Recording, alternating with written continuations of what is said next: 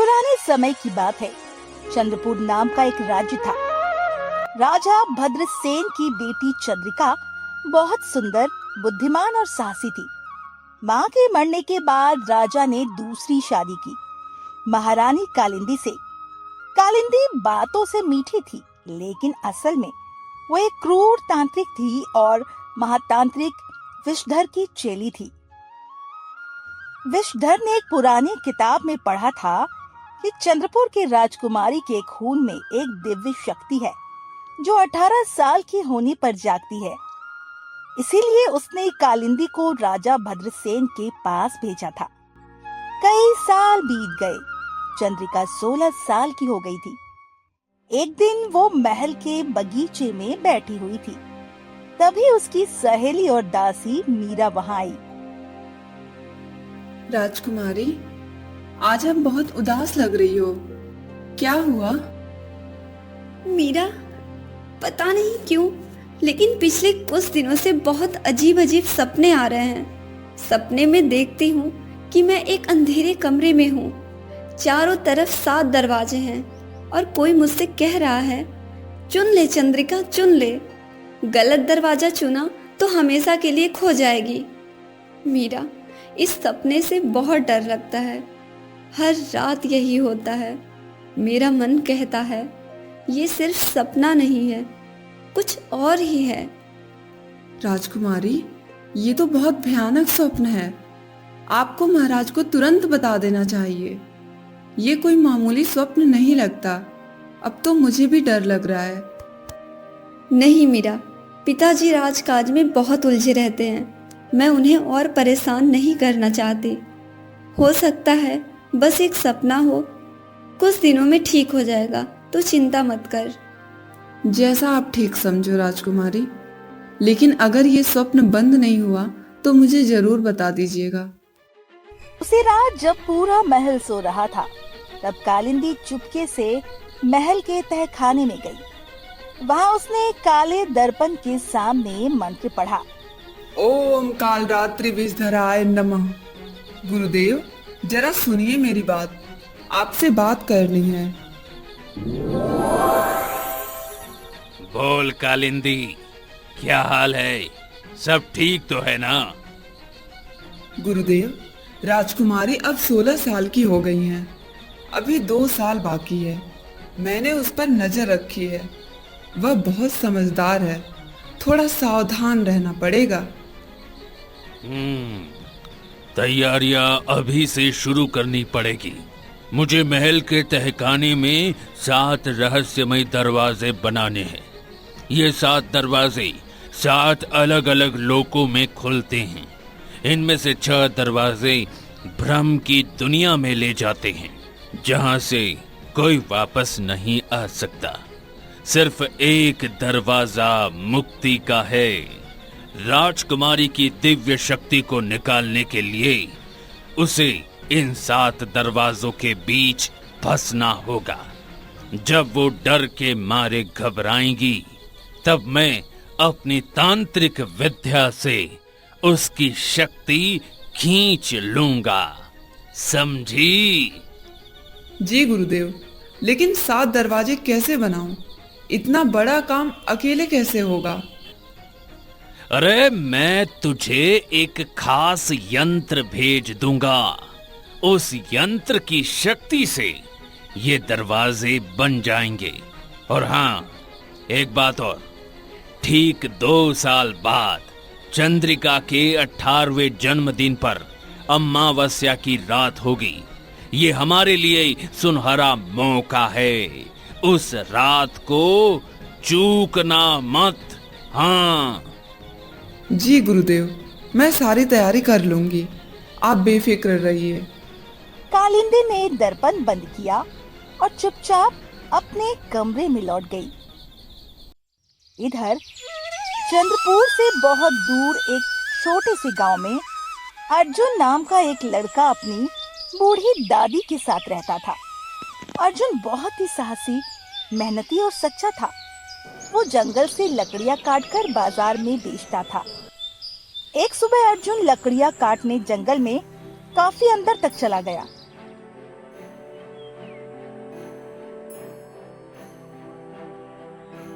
तभी उसकी नजर एक बहुत पुराने और बड़े पेड़ पर पड़ी। उसकी जड़ों के पास एक छोटा सा बक्सा दबा हुआ था। अरे ये क्या है? इतने बड़े पेड़ की जड़ में बक्सा?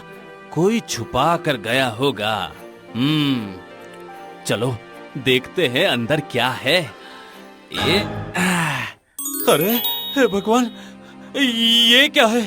ये कोई साधारण पत्थर नहीं लगता, शायद कोई रत्न है। अगर इसे बाजार में बेच दूं तो बहुत सारे पैसे मिल जाए।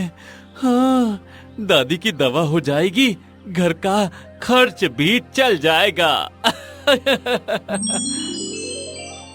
रुक जा युवक, उस पत्थर को बाजार में मत बेचना, ये तेरे लिए नहीं है। हैं?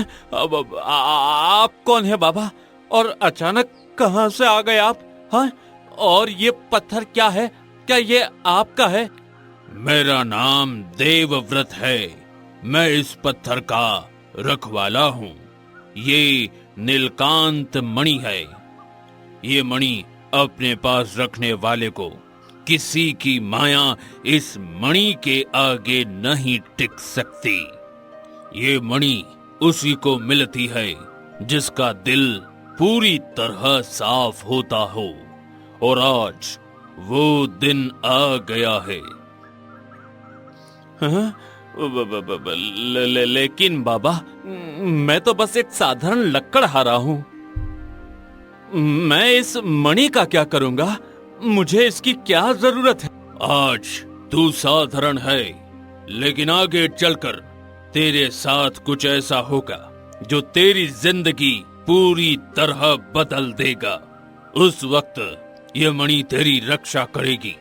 बस एक बात याद रखना, ये मणि तभी काम करेगी जब तेरे मन में कोई लालच न हो। जिस दिन लालच आया, समझ लेना इस मणि की शक्ति खत्म हो जाएगी। अच्छा बाबा, मैं इस मणि को संभाल कर रखूंगा। आपका बहुत बहुत धन्यवाद बाबा। जैसे ही अर्जुन ने सिर उठाया, साधु गायब हो चुका था। अर्जुन ने मणि को अपनी जेब में रखा और घर लौट आया। इस तरह 2 साल बीत गए। चंद्रपुर में कालिंदी ने चुपके से तहखाने में 7 रहस्यमयी दरवाजे बनवा लिए थे। हर दरवाजा अलग अलग रंग का था, लाल, नीला, हरा, पीला, सफेद, काला और सुनहरा। उसने राजा भद्रसेन के खाने में एक खास जड़ी बूटी मिलानी शुरू कर दी, जिससे राजा की समझने की शक्ति कम होती जा रही थी। एक रात राजकुमारी चंद्रिका को फिर वही सपना आया। चुन ले चंद्रिका, चुन ले, वक्त निकला जा रहा है। गलत दरवाजा चुना तो हमेशा के लिए खो जाएगी। चुन ले, चुन ले, चुन ले। चंद्रिका डर के मारे उठकर बैठ गई। अगली सुबह वो राजा भद्रसेन के साथ गई। पिताजी, पिताजी आपसे जरूरी बात करनी है। पिछले 2 सालों से मुझे एक बहुत ही भयानक स्वप्न आ रहा है। एक अंधेरा कमरा, 7 दरवाजे और एक आवाज जो कहती है चुन ले। पिताजी, मुझे बहुत डर लग रहा है। अरे बेटी, सपने तो बस सपने होते हैं। तू बहुत ज्यादा सोचती है। कुछ नहीं होगा बेटा, मेरी बेटी को क्या हो सकता है? हाँ, तू फिक्र मत कर। लेकिन पिताजी, ये कोई साधारण स्वप्न नहीं लगता। बार बार वही दृश्य, वही आवाज। मेरा दिल कहता है कि कुछ तो गड़बड़ है। ठीक उसी समय कालिंदी वहाँ पर आ गई। अरे रे चंद्रिका, तू इतना परेशान क्यों हो रही है? सपने तो आते जाते रहते हैं बेटा, कोई बात नहीं। मैं तेरे लिए एक खास काढ़ा बना कर देती हूँ। उसे पीने से अच्छी नींद आएगी और सपने भी नहीं आएंगे। माता जी का वादा है। ठीक है माता जी, धन्यवाद। आप हमेशा मेरा ख्याल रखती हो। उस रात कालिंदी ने चंद्रिका को एक काढ़ा दिया जिसमें खास मंत्र फूके हुए थे। इस काढ़े से चंद्रिका को सपने तो नहीं आए, लेकिन धीरे धीरे उसकी दिव्य शक्ति कमजोर पड़ने लगी। इधर अर्जुन के गांव में एक दिन बहुत भयंकर सूखा पड़ गया। खेतों की फसल सूख गई। अर्जुन की दादी भी बीमार पड़ गई।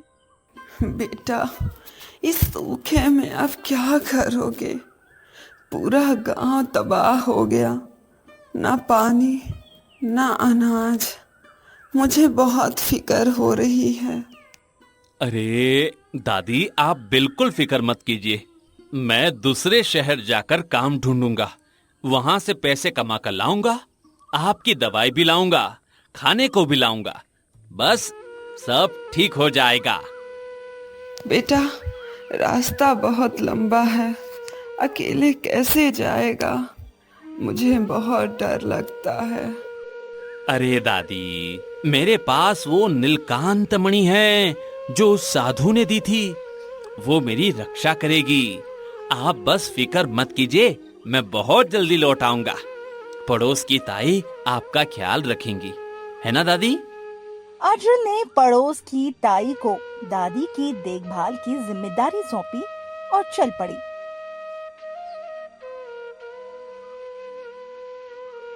दो दिन की यात्रा के बाद वो एक नदी के किनारे पहुंचा। तभी उसे दूर से किसी की चिल्लाने की आवाज आई।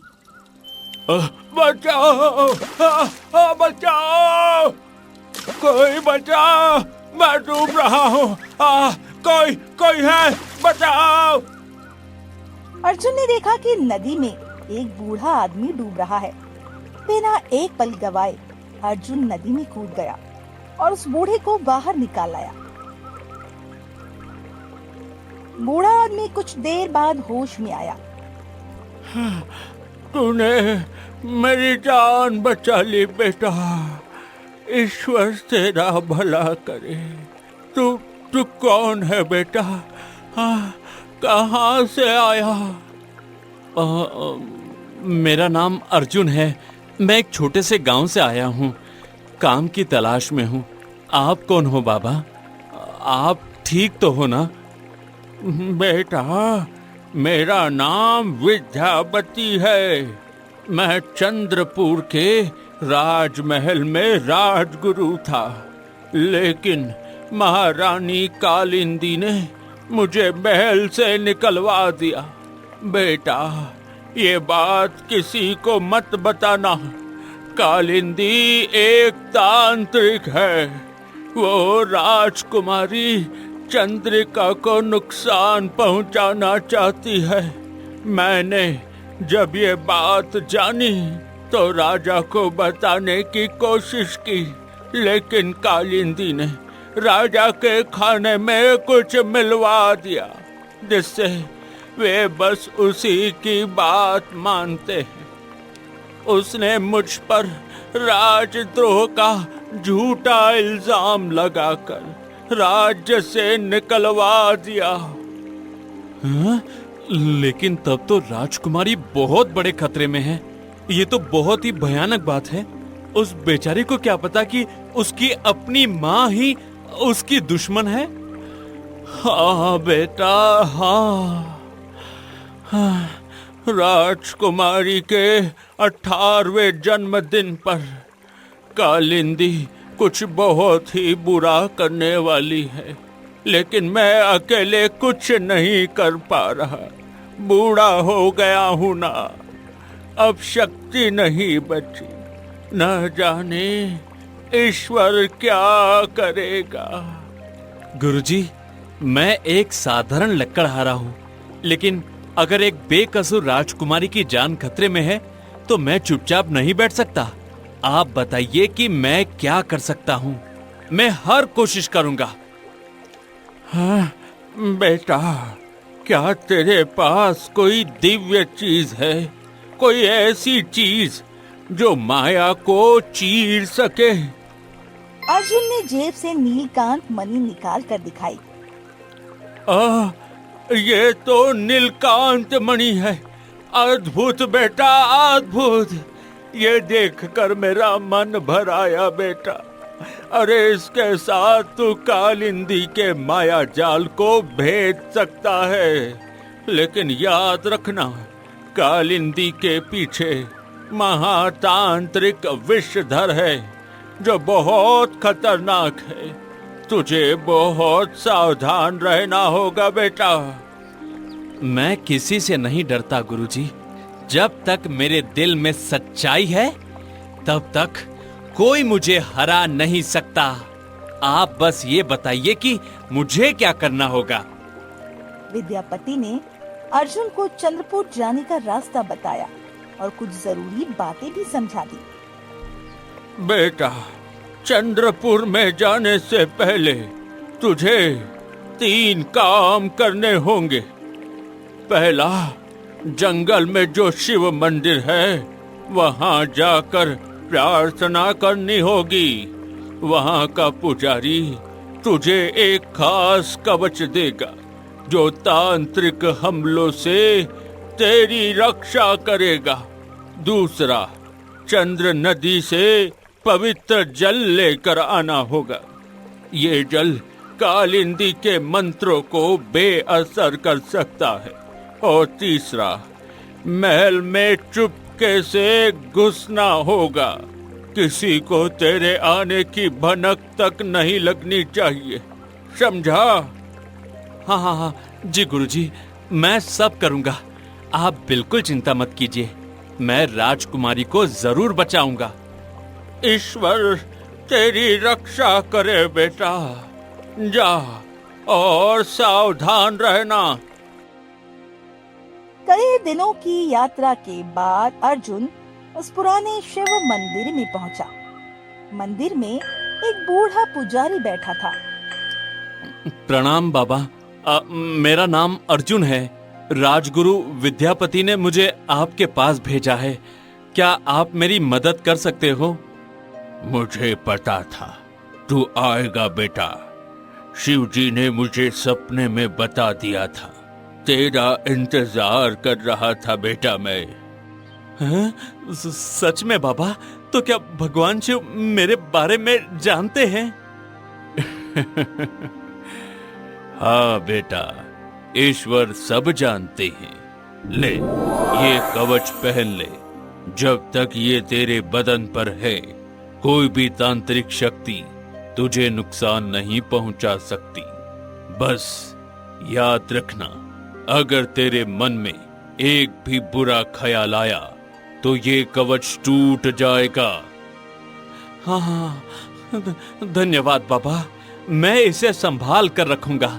आपका आशीर्वाद मेरे साथ है, मैं कभी बुरा नहीं सोचूंगा। जा बेटा, ईश्वर तेरे साथ है, सब ठीक होगा। अर्जुन ने कवच पहन लिया और आगे बढ़ गया। कुछ दिनों बाद चंद्रपुर की सीमा पर पहुंचकर उसने चंद्र नदी से पवित्र जल एक छोटी शीशी में भर लिया। अब उसे महल में घुसना था। उसने देखा बाजार में एक व्यापारी फल बेच रहा है जो राजमहल में फल भेजता है। भैया नमस्ते, क्या आपको किसी मजदूर की जरूरत है? मैं बहुत मेहनती हूँ, कोई भी काम करने को तैयार हूँ। हाँ, मुझे एक मजदूर की जरूरत है महल में फल सब्जियां पहुंचाने के लिए। क्या तू करेगा ये काम? हाँ हाँ हाँ हाँ हाँ भैया, बिल्कुल करूँगा। बहुत बहुत शुक्रिया, मैं आपको निराश नहीं करूँगा कभी भी। हाँ। इस तरह अर्जुन ने महल में आना जाना शुरू कर दिया। एक दिन महल के बगीचे से गुजरते वक्त उसकी नजर राजकुमारी चंद्रिका पर पड़ी। चंद्रिका बगीचे में अकेली बैठी थी। उसका चेहरा बहुत उदास और पीला था। तभी चंद्रिका की सहेली मीरा वहां आई। राजकुमारी, आज फिर आपकी तबीयत ठीक नहीं लग रही, क्या हुआ? आप बताते क्यों नहीं हैं? मीरा, पता नहीं क्या हो रहा है। जब से माता जी का काढ़ा पी रही हूँ तब से बहुत कमजोरी आ रही है। सपने तो बंद हो गए, लेकिन अब मुझ में ताकत ही नहीं बची। ऐसा लगता है जैसे कोई मेरी जान खींच रहा हो। राजकुमारी, ये तो बहुत चिंता वाली बात है। आपको राजवैद्य को दिखाना चाहिए। माता जी को पता चलेगा तो वो बहुत दुखी हो जाएंगी। मीरा, अभी कुछ मत कर, देखते हैं क्या होता है। अर्जुन ने यह बात सुन ली। उसका शक पक्का हो गया कि कालिंदी ही राजकुमारी को कमजोर कर रही है। उस रात अर्जुन ने चुपके से मीरा से बात की। सुन, मैं तुझसे एक बहुत जरूरी बात करना चाहता हूँ, लेकिन ये बात किसी को मत बताना। मेरा नाम अर्जुन है। मैं राजगुरु विद्यापति के कहने पर आया हूँ। राजकुमारी बहुत बड़े खतरे में है। महारानी कालिंदी असल में एक तांत्रिक है। वो राजकुमारी को नुकसान पहुंचाना चाहती है। ये तो क्या कह रहा है? महारानी तांत्रिक? ये नामुमकिन है। वो तो राजकुमारी से बहुत प्यार करती हैं। अरे मुझ पर भरोसा कर। क्या तूने ध्यान नहीं दिया कि जब से राजकुमारी वो काढ़ा पी रही है तब से वो कमजोर होती जा रही है? हाँ, वो काढ़ा साधारण नहीं है। तू सही कह रहा है। मुझे भी कुछ दिनों से शक हो रहा था। महारानी रात को चुपके से तहखाने में जाती हैं। मैंने एक बार देखा था, लेकिन मुझ में किसी को बताने की हिम्मत नहीं हुई। मुझे डर था कि कोई मानेगा ही नहीं। मीरा, मुझे तेरी मदद चाहिए। मुझे राजकुमारी को वो काढ़ा पीने से रोकना होगा। ये बहुत जरूरी है। राजकुमारी की जान का सवाल है। ठीक है, मैं तेरी मदद करूंगी, लेकिन अगर महारानी को पता चल गया तो मुझे बहुत डर लग रहा। अरे तू डर मत मीरा, मैं सब संभाल लूंगा। तू बस काढ़ा बदलने का काम कर, बस। अगले दिन मीरा ने चतुराई से वो काढ़ा फेंककर राजकुमारी को साधारण हर्बल काढ़ा दे दिया। कुछ दिनों बाद राजकुमारी में सुधार दिखने लगा, लेकिन कालिंदी को शक हो गया। उसी रात उसने विषधर से बात की। गुरुदेव, कुछ तो गड़बड़ हो रहा है। राजकुमारी ठीक होने लगी हैं। ऐसा लग रहा है कि कोई मेरे काढ़े में हेरा फेरी कर रहा है। कालिंदी, अब और इंतजार करने का वक्त नहीं है।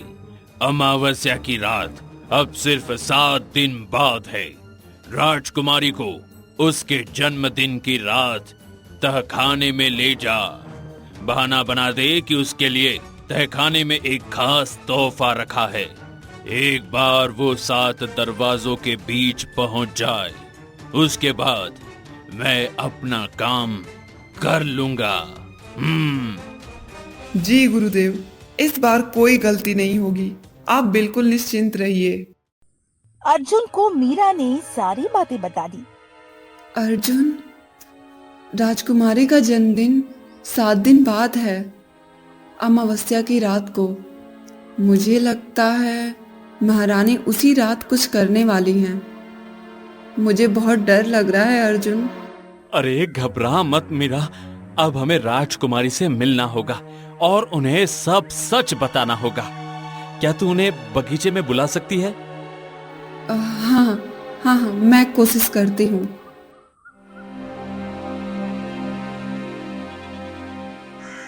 अगले दिन मीरा ने राजकुमारी को बगीचे के एक सुनसान कोने में बुलाया, जहाँ अर्जुन पहले से छिपा हुआ था।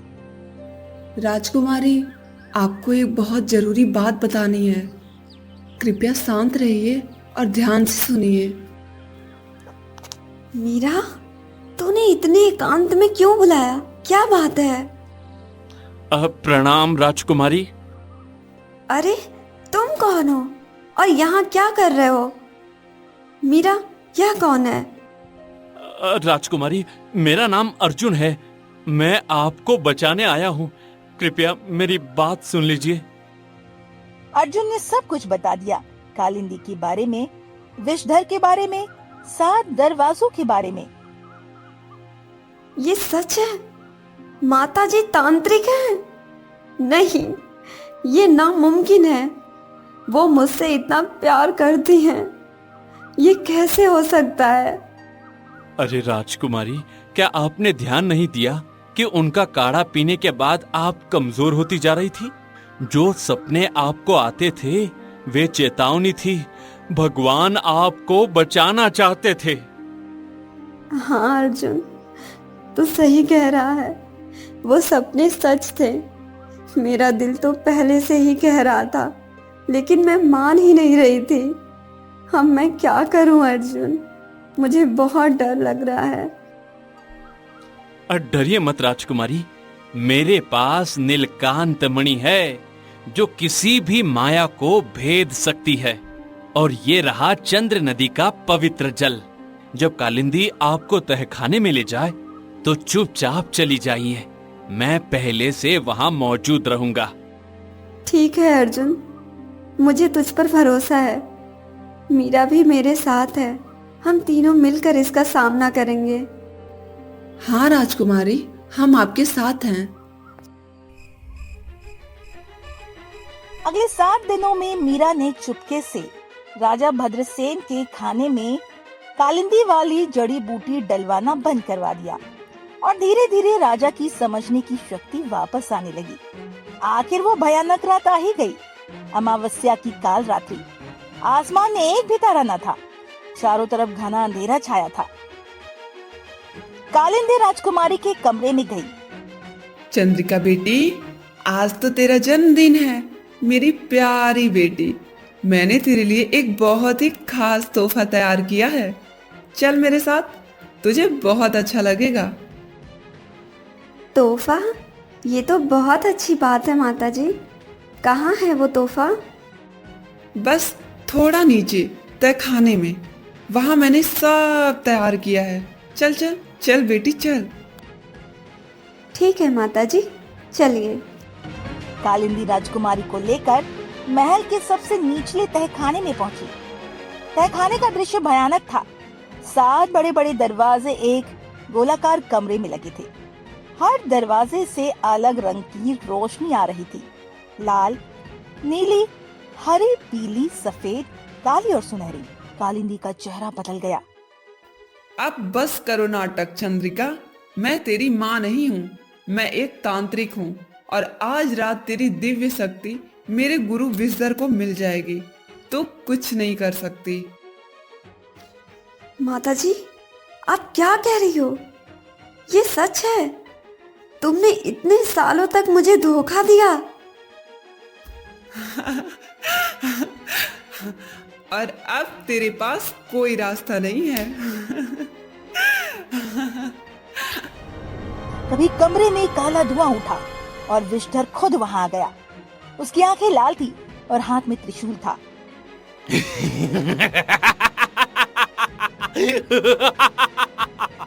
तो ये है वो राजकुमारी।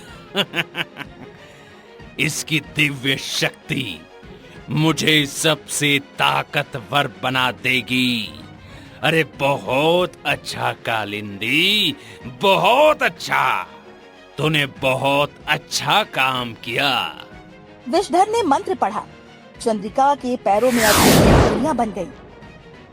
अब सुन राजकुमारी, अरे तेरे सामने 7 दरवाजे हैं। जैसे जैसे तू ब्रह्म में फंसती जाएगी, तेरी दिव्य शक्ति कमजोर होती जाएगी और जब शक्ति पूरी तरह खत्म हो जाएगी तब मैं उसे खींच लूंगा। तुझे कोई नहीं बचा सकता।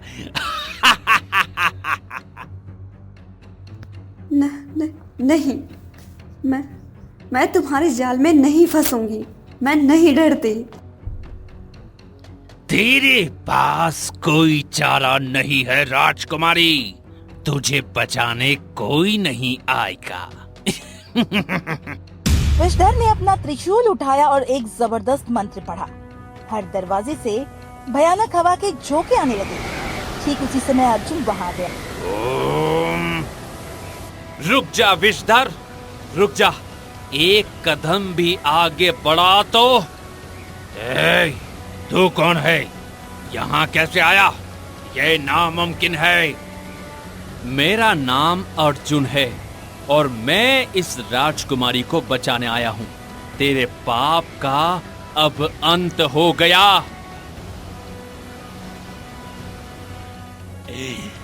एक साधारण इंसान मुझे चुनौती दे रहा है, तांत्रिक विषधर को। ए मूर्ख, अपनी जान की परवाह नहीं है तुझे? हाँ? विषधर ने अर्जुन पर एक शक्तिशाली तांत्रिक हमला किया। काली आग की लपट अर्जुन की तरफ बढ़ी, लेकिन उसके शरीर पर जो कवच था उसने उसे बचा लिया। हाँ? ये नामुमकिन है। मेरा हमला बेअसर कैसे हो गया? ये कैसे हुआ? क्योंकि सच्चाई हमेशा जीतती है विषधर। और देख, ये है नीलकांत मणि। अब तेरा अंत पक्का है विषधर। अर्जुन ने अपनी जेब से नीलकांत मणि निकाली। मणि से तेज नीली रोशनी निकली जो पूरे कमरे में फैल गई। उस रोशनी से चंद्रिका के पैरों की अदृश्य बेड़ियां टूट गई। अर्जुन ने चंद्र नदी के पवित्र जल की शीशी निकाली और साथ और दरवाजों पर छिड़क दिया। जल छिड़कते ही दरवाजों से आने वाली भयानक हवा रुक गई। कालिंदी, कालिंदी से रोक, रोक, जल्दी कर, जल्दी कर। जी गुरुदेव, अभी रोकती हूँ।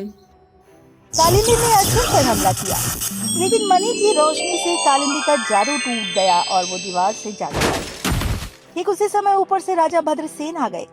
मीरा ने उन्हें सब कुछ बता दिया था। यहाँ क्या हो रहा है कालिंदी?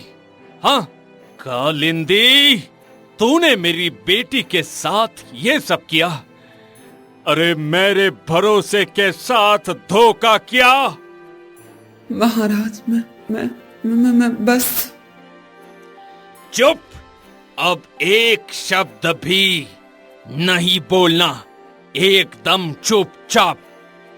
विषधर ने देखा उसकी सारी योजना फेल हो रही है। उसने अपनी पूरी ताकत जुटा ली।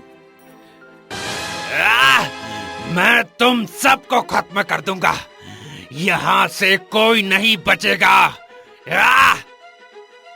एक भयानक काला तूफान कमरे में उठने लगा, दीवारें कांपने लगी। लेकिन ठीक उसी समय राजकुमारी चंद्रिका के शरीर से एक दिव्य सुनहरी रोशनी निकली। उसकी दिव्य शक्ति जाग उठी थी।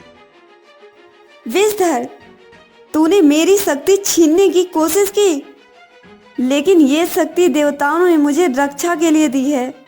मेरी शक्ति को कोई तांत्रिक नहीं छीन सकता। आज तेरा अंत हो जाएगा। नहीं, ये नामुमकिन है। तेरी शक्ति तो कमजोर हो चुकी थी, ये कैसे हुआ? क्योंकि मेरे साथ अच्छाई है विषधर, और अच्छाई हमेशा बुराई को हराती है।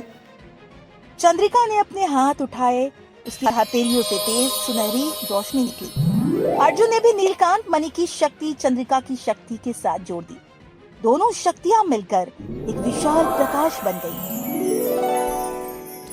नहीं, नहीं, नहीं। मुझे माफ करना। मैं चला जाऊंगा। मैं फिर कभी नहीं आऊंगा। मुझे माफ कर दो, माफ कर दो।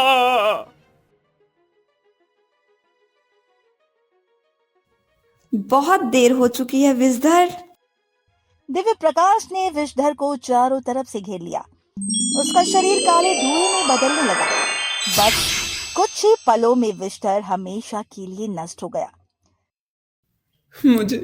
मुझे माफ कर दो, मुझे माफ कर दो। मैं तो बस विषधर के कहने पर ये सब कर रही थी। कृपया मुझे छोड़ दो। तूने मेरा भरोसा तोड़ा। अरे तूने मेरी बेटी को मारने की कोशिश की। तूने मुझे अपने वश में किया। तुझे कोई माफी नहीं मिलेगी। सैनिकों, इसे बंदी बना लो, ले जाओ इसे।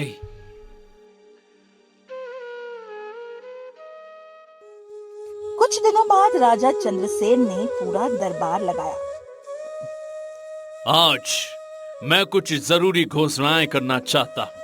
पहली घोषणा, महारानी कालिंदी को राजद्रोह और तांत्रिक अपराध के आरोप में उम्र कैद की सजा दी जाती है।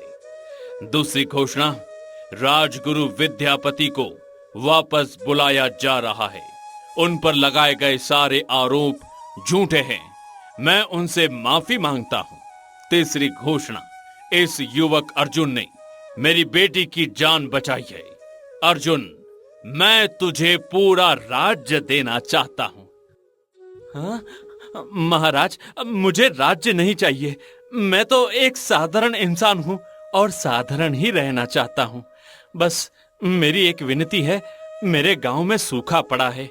अगर आप मेरे गांव की मदद कर सके तो यही मेरे लिए सबसे बड़ा पुरस्कार होगा।